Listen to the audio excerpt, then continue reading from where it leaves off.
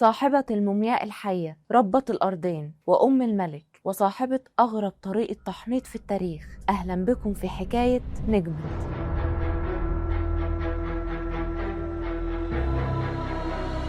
سنة 1881، وأثناء اكتشاف خبيئة الدير البحري، العلماء لقوا مومياء غامضة جدا وعينيها مفتحة، ولقوا اسمها جوه خرطوشة. وده طبعا مستحيل، لأن ده معناه إن نجمة كانت ملكة، لأن الملوك بس كانت أسمائهم هي اللي بتتكتب في خراطيش. الأمر كان مدهش جدا، ده غير طريقة التحنيط اللي خلت الغموض يزيد أكتر من الأول. نجمة اتحنطت بتقنية جديدة ظهرت في بداية الأسرة ال21. عيون مستعارة، أطراف محشية كتان تحت الجلد، والجسم كله محشي نشارة خشب من جوه، وكل فتحة عين وودن ومناخير مقفولين بطبقة شمع، كأن اللي حنطها كان بيحاول يحفظها أو يمكن يمنعها من إنها ترجع.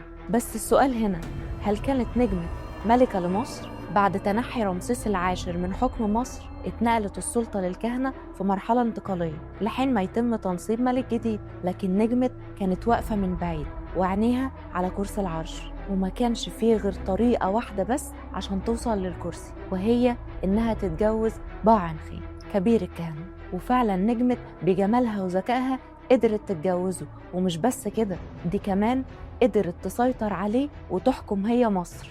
العلماء رجحوا إن جوازهم استمر من 10 ل 15 سنة، بس ده مش مؤكد. لكن الأكيد إن نجمة خلفت من باعنخي 4 أولاد، وأهمهم باينجم الأول.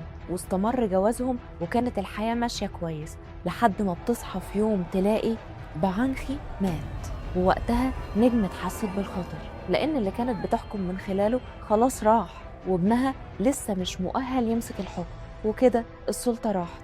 فتنور في دماغها فكرة جديدة شيطانية، وهي